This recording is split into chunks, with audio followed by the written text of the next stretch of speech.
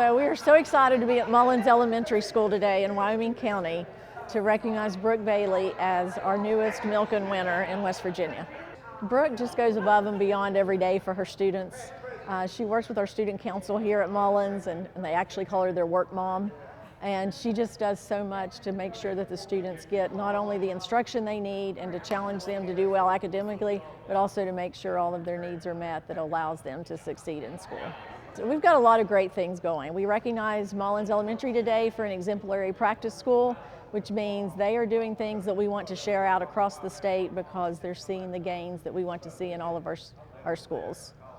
Well, it's so important when we have anyone from the outside and these foundations that are willing to recognize our teachers, because we know how hardworking and dedicated our teachers are, and for the Milken Family Foundation to realize that there is someone in West Virginia that deserves this recognition, it means the world to that teacher, but to this school and to our state as well.